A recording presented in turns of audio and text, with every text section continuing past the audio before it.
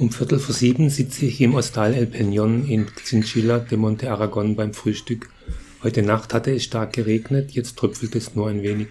Laut Wetterbericht soll es heute aber trocken sein und mit 17 Grad recht kühl. Also habe ich zum ersten Mal auf dem Camino de Levante meine lange Hose angezogen und sicherheitshalber meinen Regenponcho in greifbarer Nähe gepackt. Als ich dann kurz nach 7 starte, regnet es schon nicht mehr. Die 10. Etappe auf dem spanischen Jakobsweg Camino de Santiago de Levante ist 28 Kilometer lang und führt von Chinchilla de Monte Aragon über Albacete nach El Trigal. Der Camino de Levante ist 820 Kilometer lang und verläuft von Valencia nach Zamora.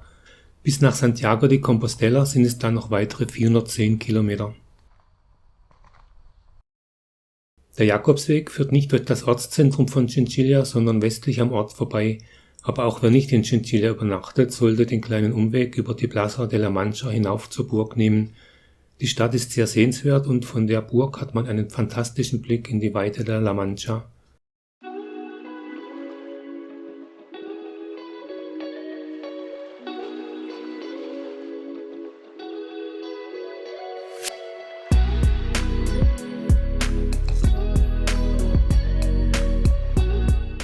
Unterhalb der Burg sind an einigen Stellen Höhlenbehausungen in den Fels gehauen. Manche der Höhlenwohnungen wurden renoviert und sind wieder bewohnt.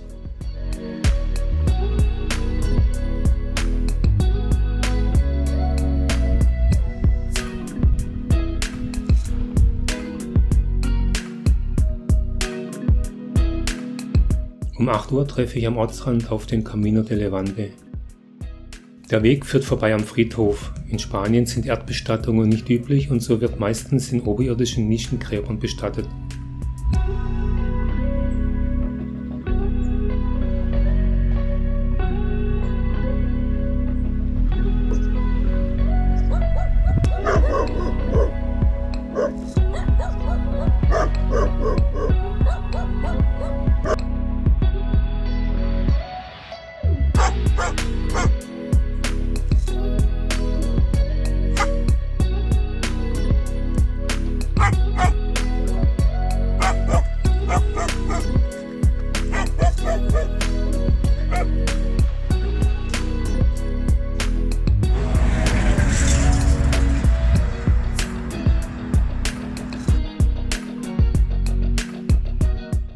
Der Jakobsweg führt zuerst 3 Kilometer über Feldwege und dann 2,5 Kilometer entlang eines Industriegebietes.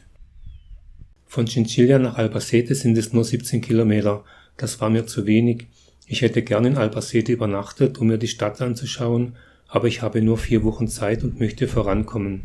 11 Kilometer hinter Albacete gibt es etwas abseits vom Jakobsweg eine Autobahnraststätte und dort habe ich mir für heute ein Zimmer gebucht. Um 9 Uhr taucht in der Ferne Albacete auf. Die Stadt liegt schon in der Sonne, die Wolken verziehen sich und ich scheine mal wieder vom Regen verschont zu werden. 2 Radfahrer sind auf der Via Augusta unterwegs. Diese alte Römerstraße verläuft in Spanien von Cádiz über Córdoba und Valencia bis in die Pyrenäen nördlich von Barcelona. Es ist ein wunderschöner Morgen mit blauem Himmel und guter Luft nach dem Regen heute Nacht. Es weht ein frischer Wind und da stört auch die Autobahn nicht weiter.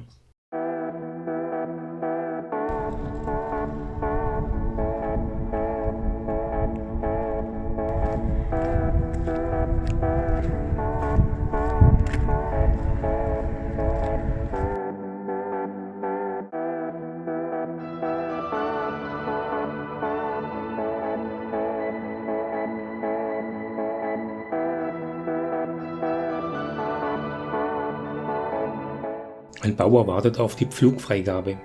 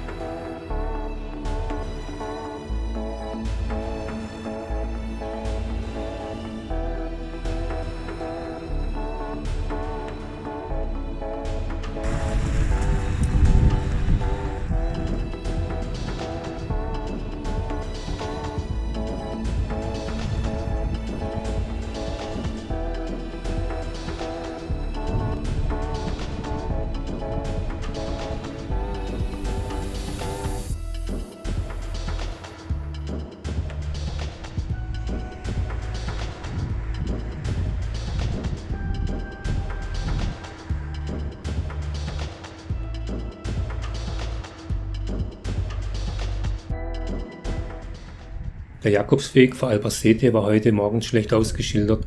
Hier hätte ich schon die vorherige Brücke über die Zuggleise nehmen sollen.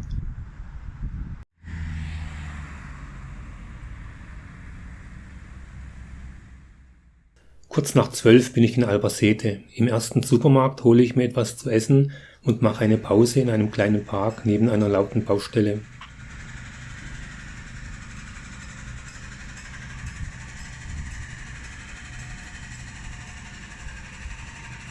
Nach einer Dreiviertelstunde geht es weiter, ich möchte mir die Kathedrale anschauen.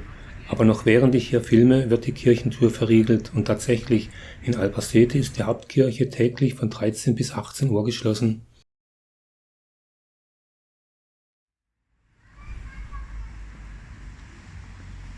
Albacete ist Provinzhauptstadt mit 170.000 Einwohnern und bekannt für die Messerproduktion.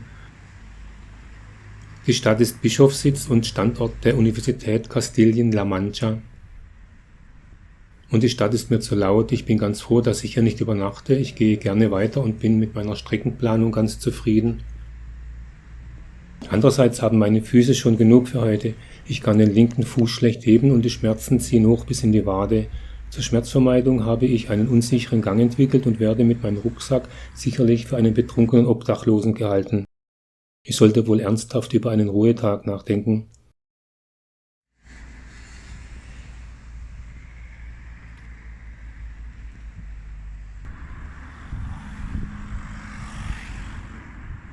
Die Autobahnüberquerung ist unangenehm. Zwischen zwei Kreisverkehren kommt Auto an Auto und mir schwirrt schon der Kopf.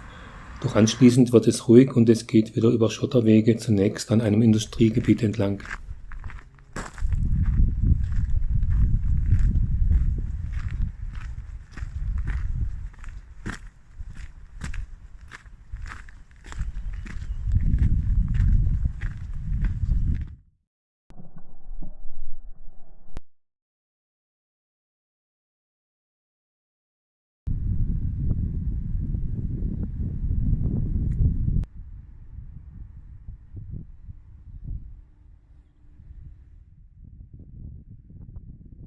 Um 2:30 bietet sich an einer Scheune die Gelegenheit, um etwas zu trinken und die Hosenbeine abzuzippen.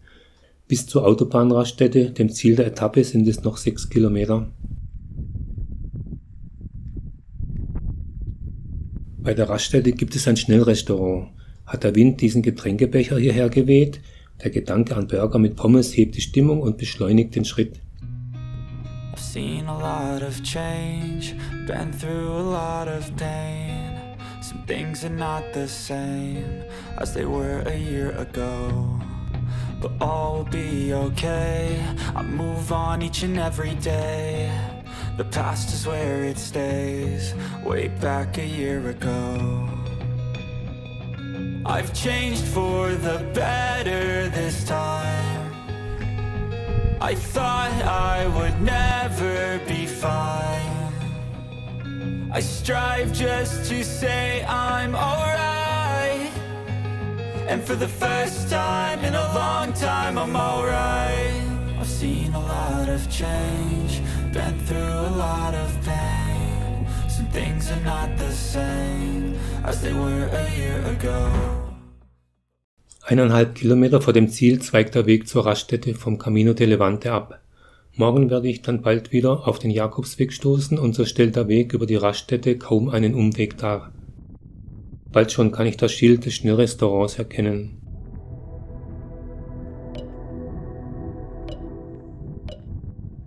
Beim Blick zurück sieht man hinter Albacete in 24 Kilometer Luftlinie Entfernung den Hügel von Chinchilla, wo ich heute Morgen gestartet bin. Die Raststätte liegt an der gleichen Autobahn wie mein Hostel in Chinchilla. Das Teufelchen auf meiner linken Schulter flüstert mir ins Ohr, mit dem Auto hättest du heute nur eine knappe Viertelstunde gebraucht. Es hat wohl den Sinn des Pilgerns noch nicht erkannt.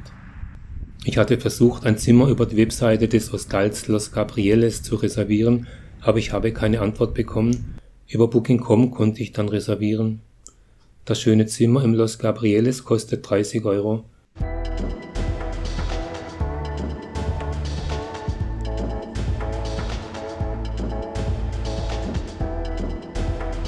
An der gegenüberliegenden Autobahnseite ist ein Burger King. Über die nächste Autobahnbrücke läuft man 10 Minuten. Die spare ich mir und esse im Hostal-Restaurant.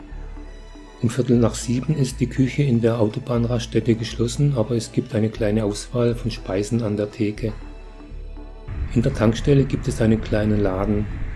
Hinter der Raststätte liegt die kleine Siedlung Urbanización El Trigal.